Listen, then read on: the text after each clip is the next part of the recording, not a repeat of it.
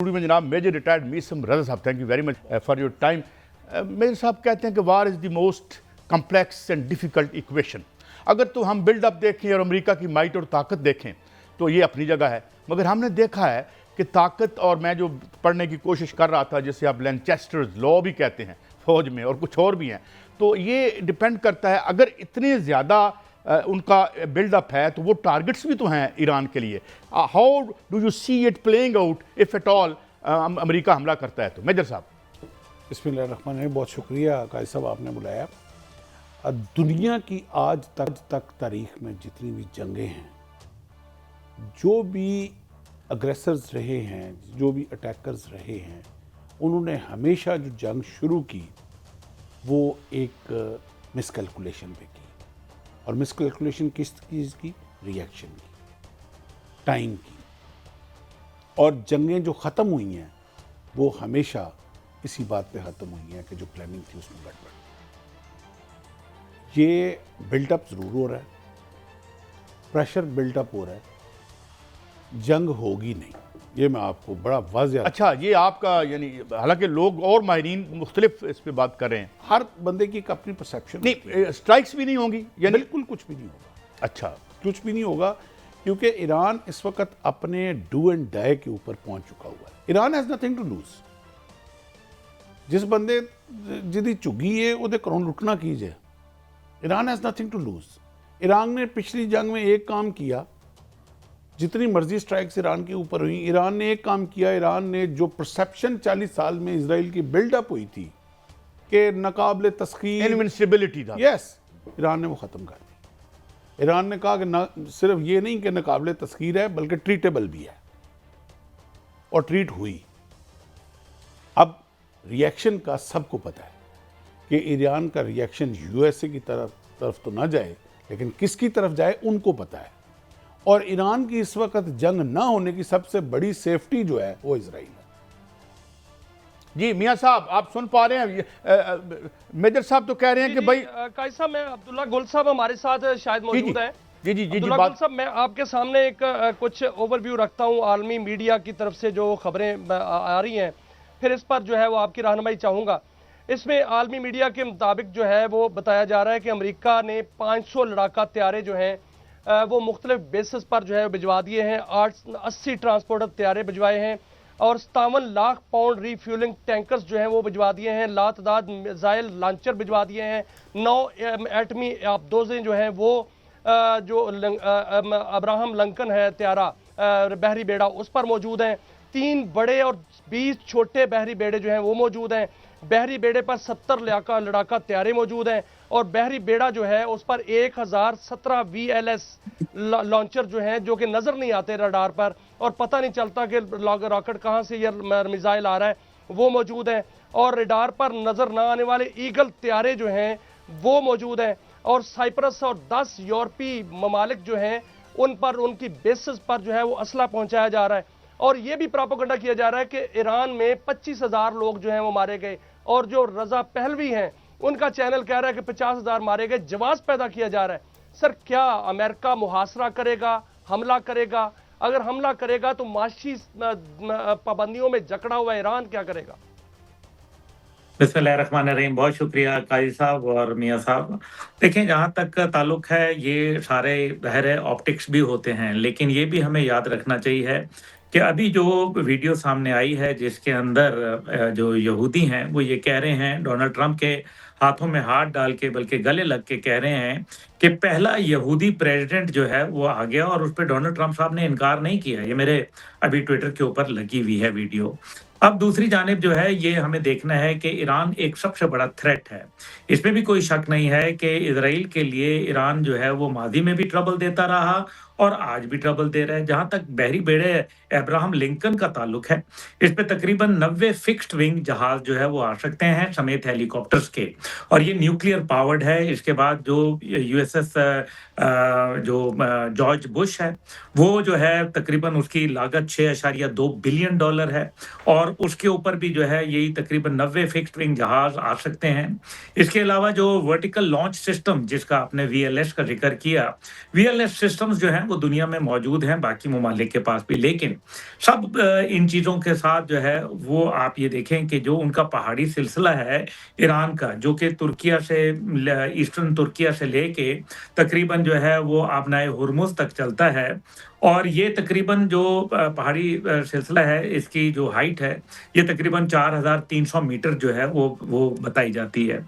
अब ये 1500 से 2000 किलोमीटर का पहाड़ी सिलसिला है, और इसमें मुख्तलिफ जगह टनल्स के अंदर जो है मल्टीपल जो डिफेंस सिस्टम्स हैं ईरान ने नस्ब किए हुए हैं। ये उनको आज नहीं, बहुत पहले पता है, और ख़ास तौर पे जिस तरह से रशियन टेक्नोलॉजी और चाइनीज़ टेक्नोलॉजी उनके पास अभी रिसेंटली आई है, मेरा ख्याल है कि it will be a very very difficult decision for United States of America to attack Iran. उसकी सबसे बड़ी वजह यह है कि इजराइल जो है उसको ये मालूम है कि उनके पास जो 3 डिफेंस सिस्टम्स हैं, जिसके अंदर एरो 1 है, एरो 2 है, एरो 3 है, डेविड स्लिंग सिस्टम है और आयरन डोम है, ये तीनों के तीनों जो है पिछली जंग में नाकाम हो गए थे। यूएसएस अब्राहम लिंकन जो कि न्यूक्लियर पावर्ड है, ये जो है खित्ते में 2024 के अंदर भेज दिया गया था जब ईरान इजराइल टेंशन शुरू हुई थी, और जो जॉर्ज डब्ल्यू बुश है वो आज मेरे ख्याल में उसने पहुंचना था।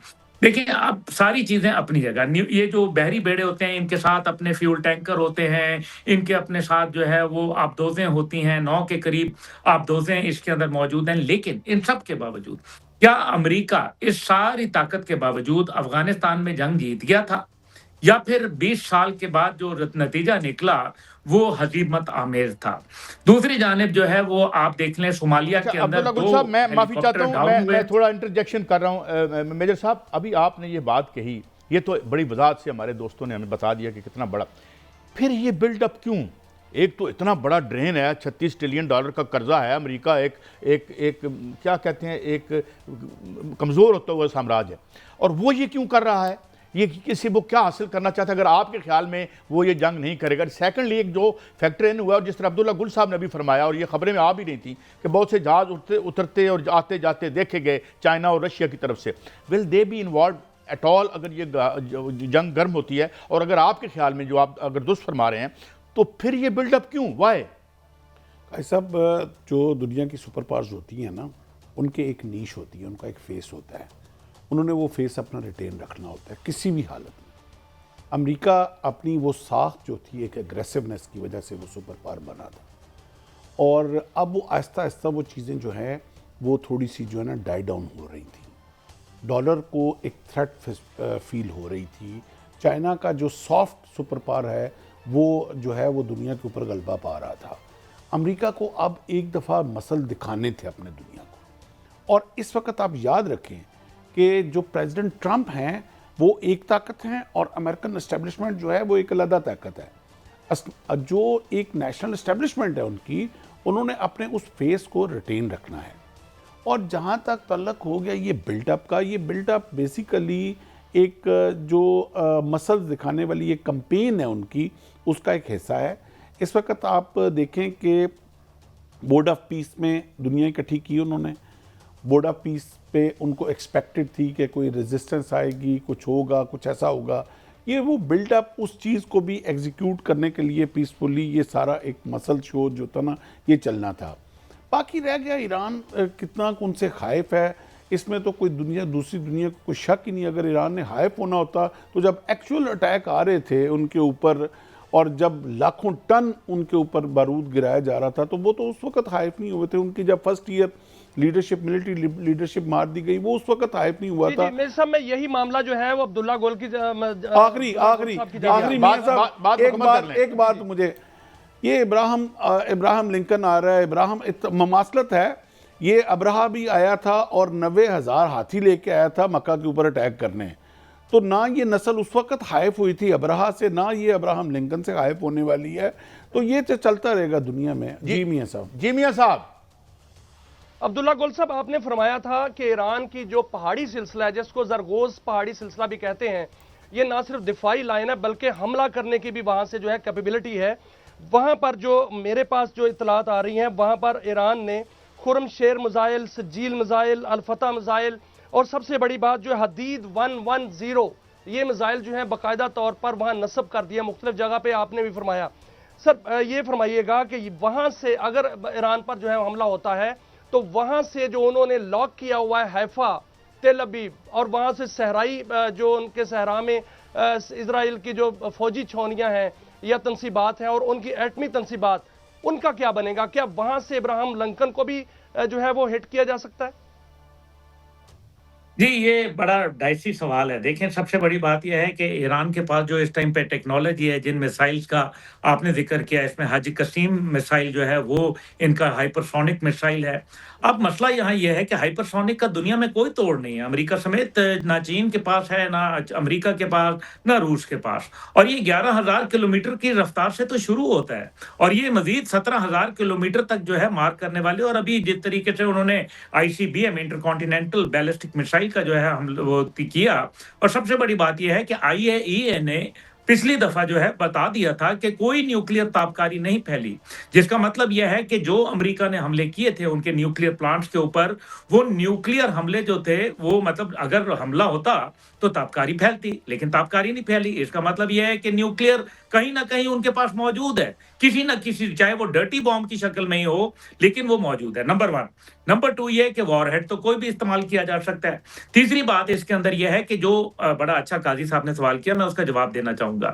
وہ یہ بلڈ اپ اس لیے کر رہا ہے تاکہ آئسولیٹ کرے ایران کو، ایک لمبا طویل جو ہے ان کو تھکائے، تاکہ ان کے ملک کے اندر ایک دفعہ پھر انریسٹ پیدا ہو.